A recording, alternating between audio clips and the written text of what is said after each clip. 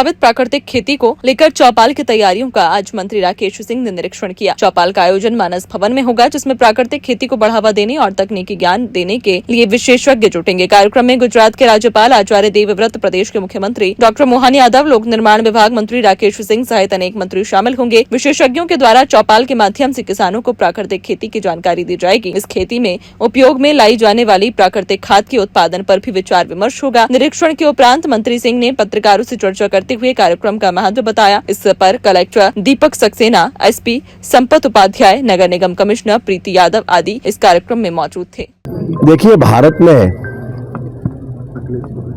एक संपन्न कृषि का इतिहास 9000 वर्ष प्राचीन है और ऋषि पाराशर ने कृषि पाराशर पुस्तक में, ग्रंथ में बहुत विस्तार से भारत के कृषि इतिहास का उल्लेख किया है।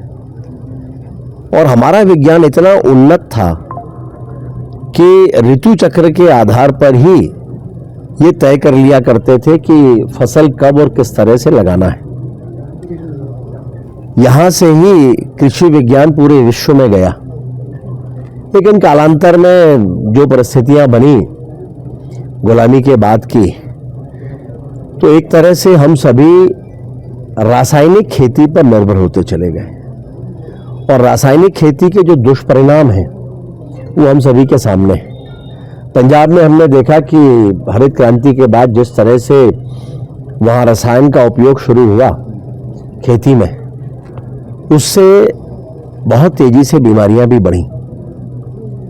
कैंसर, डायबिटीज, और कैंसर की स्थिति तो ये थी कि वहां चलने वाली ट्रेन को कैंसर एक्सप्रेस ही कहते थे। अब धीरे धीरे पूरे देश में उसका उपयोग बढ़ता गया और हमारा एक क्षेत्र भी बछूता नहीं है।